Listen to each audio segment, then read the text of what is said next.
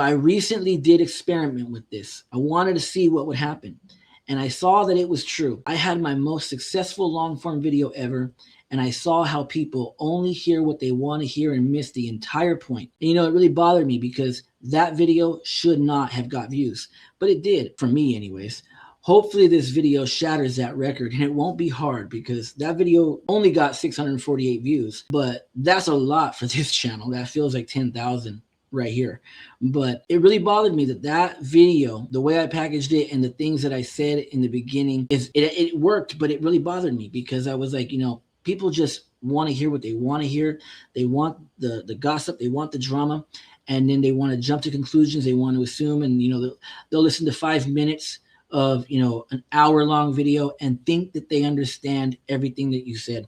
And it really disappointed me. So I hope this video shatters that record, and then we keep doing that good old-fashioned Bible study. I will never stop doing good old-fashioned Bible study, and if that means my views never reach the level of these big platforms, that's fine, because I'm still having an impact on those that God does bring across my channel. Regardless, I'd rather preach the word in my way, according to my style, and trust that God will make sure that the right people will see it, the people that he has entrusted to me, while I do what God has called me to do. As this year ends, don't wait to make a New Year's resolution, because tomorrow is not promised. I sit here and I do this video 5 days before Christmas 2025. It is December 20th, 2025. So don't wait to make a New Year's resolution, because tomorrow is not promised.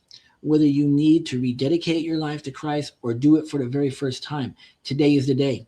There is no better time than right now. And it's not hard. It's not about repeating after me. It's not about reciting a certain prayer quoted a certain way. It is simply about getting right with God, agreeing with his word, accepting the fact that yes, we are sinners in need of a savior, because a lot of people have trouble accepting that. I'm not a sinner. There's nothing wrong with me. There's good in me. What's so bad about me? I'm a good person. I have a good heart. I'm kind. I'm all these. We default to that, right? And some people have a real hard time accepting the fact that they are a sinner. Romans 3:23, for all have sinned and fall short of the glory of God. So we need to get right with God, agree with his word, accept the fact that yes, we are all sinners in need of a savior, and we have that in Jesus Christ. Ask God to forgive you of your sins, to help you, and the Holy Spirit will begin to work on you. Philippians 1:6 says, and I am certain that God who began the good work within you will continue his work until it is finally finished on the day when Christ Jesus returns. It's talking about sanctification, and sanctification is a process. You don't give your life to Jesus today on December 20th, 2025 and immediately become perfect. No, you never become perfect. You are being sanctified for the rest of your life, whether it's 10, 20, 30, 40, 50 more years that you live as a Christian. The Holy Spirit will be working in you, and you will begin the process of sanctification, and that takes place all the way up until your last breath. And when you enter eternity with God in his kingdom, then you become perfect. Until then, we're just striving for perfection.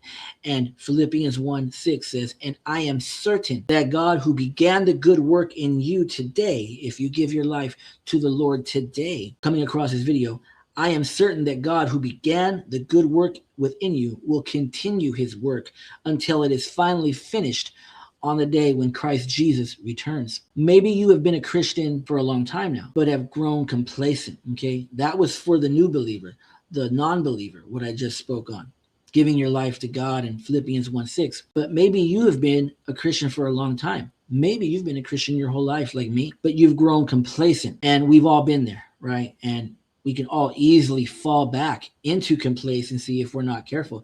That's a daily struggle. No matter how dedicated you are, no matter how many days you've opened your Bible app in a row, no matter where you are on your Bible plan for the year, no matter how much reading you do, complacency is a struggle that we deal with every single day. Nobody is exempt from it. So maybe you have been a Christian for a long time, but have grown complacent. And we've all been there and can easily fall back if we're not careful. Well, I'm here to tell you today, don't beat yourself up. Just get back up and keep on going. there is no shame in starting again. What does it say in Romans 8? Therefore, there is no condemnation to those who are in Christ Jesus. So there is no shame. Just get up and keep going. And he will continue to perfect that good work that he has begun in you. Philippians 1:6. So don't wait for the new year to start. Start today, right now, because tomorrow is not promised. Today is the first day of the rest of your life. Let's grow in Christ, free of the drama of our country and of our world. Let's view everything that takes place in this world from God's perspective. Don't fuel the views of Christian gossip channels. Listen to what I'm saying right here. Don't fuel the views of Christian gossip channels. And if that's you who has a large platform and are not using it correctly, ask God to show you and then clean it up. God gave you the platform, so use it better. Don't platform gossip. Preach the gospel. And like I said earlier, you don't need to spice up the gospel. Just preach the gospel. Isaiah 55:11. Just preach the gospel and let God do what he wants to do with your video. This next year, I will continue to do what I do. And I will find ways to do even more because that's just what I do.